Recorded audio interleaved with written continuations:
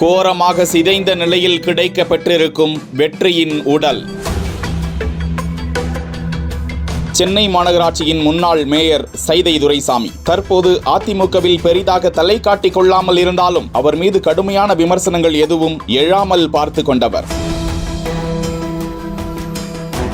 அவரது மகன் வெற்றி துரைசாமி 45 வயதான இவர் திரைப்படங்களை எடுப்பதில் ஆர்வம் காட்டுபவராகவும் நீண்ட பயணங்களை விரும்புபவர் என்றும் கூறப்படுகிறது. அவரது தந்தையின் மனிதநேய அறக்கட்டளையின் துணை நிறுவனராகவும் வெற்றி துரைசாமி இருந்து வந்திருக்கிறார். ஒட்டுமொத்தமாக தொழிலதிபர், இயக்குனர் என பன்முகத்தை கொண்டிருப்பவர் வெற்றி துரைசாமி. விதார்த் ரம்யா நம்பீசன் நடிப்பில் என்றாவது ஒரு நாள் என்கிற படத்தையும் இயக்கியவர். இயக்குனர் வெற்றிமாறனிடம் இயக்குனர் பயிற்சி பயின்றவராம் வெற்றி. சில குறும்படங்களையும் வெற்றி துரைசாமி எடுத்திருப்பதாக தகவல்கள் வெளியாகி உள்ளன. இந்த நிலையில்தான் கடந்த 4ஆம் தேதி திரைப்படம் ஒன்றிற்கு லொகேஷன் பார்ப்பதற்காக ஹிமாச்சல பிரதேசத்திற்கு செல்ல முடிவெடுத்த வெற்றி துரைசாமி கடந்த 4ஆம் தேதி மாலை ஹிமாச்சல பிரதேசத்தின் கஷங்நாலா என்ற பகுதியில் உள்ள சட்லஜ் நதிக்கரையின் அருகே அமைந்துள்ள தேசிய நெடுஞ்சாலையில் சென்று கொண்டிருந்தாராம். அந்த இன்னோவா காரை ஓட்டுநர் டென்சிங் என்பவர் இயக்க முன்னிருக்கையில் அமர்ந்திருந்த வெற்றி துரைசாமி சீட் பெல்ட் அணியாதவராகவும் இருந்ததாக வெளியான சிசிடிவி காட்சி பதிவுகளில் தெரிய வந்தது. அவரோடு பயணித்து படுகாயமடைந்து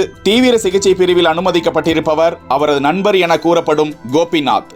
9வது நாளாக தேடும் பணி தீவிரமாக நடந்து வந்த நிலையில் அவர் குறித்த தேடுதல் வேட்டையில் மத்திய பிரதேச போலீசார், ராணுவ வீரர்கள், ஸ்கூபா டைவிங் வீரர்கள் மற்றும் தேசிய பேரிடர் மீட்பு படையினர் என 100க்கும் மேற்பட்டோர் தீவிரமாக தேடி வந்தனர். இந்த நிலையில்தான் சட்லஜ் நதியில் வெற்றி அடித்து செல்லப்பட்ட நிலையில் அவரது உடல் கோரமாக சிதைந்த நிலையில் மீட்கப்பட்டிருக்கிறதாம். இன்றைய தினம் அவரது குடும்பத்தாரிடம் இரத்த மாதிரிகள் எடுக்கப்பட்டு அந்த நதிக்கரையின் பாறை இடுக்குகளில் சிதறி கிடந்த மூளை, திசு உள்ளிட்டவற்றை ஆய்வு நடந்து வருகிறது. முன்னதாகவே வெற்றி துரைசாமியின் உடைமைகள், செல்போன் ஆகியவை ஆற்றில் கவிழ்ந்திருந்த காரில் இருந்து மீட்கப்பட்டது. தற்போது வெற்றி துரைசாமியின் உடலும் கிடைக்கப்பட்டிருக்கிறது. அவரது உடல் பிரேத பரிசோதனை முடிந்து சென்னைக்கு கொண்டு வரப்பட்டு நல்லடக்கத்திற்கான ஏற்பாடுகள் நடைபெறும் என்று தகவல்கள் வெளியாகியுள்ளன.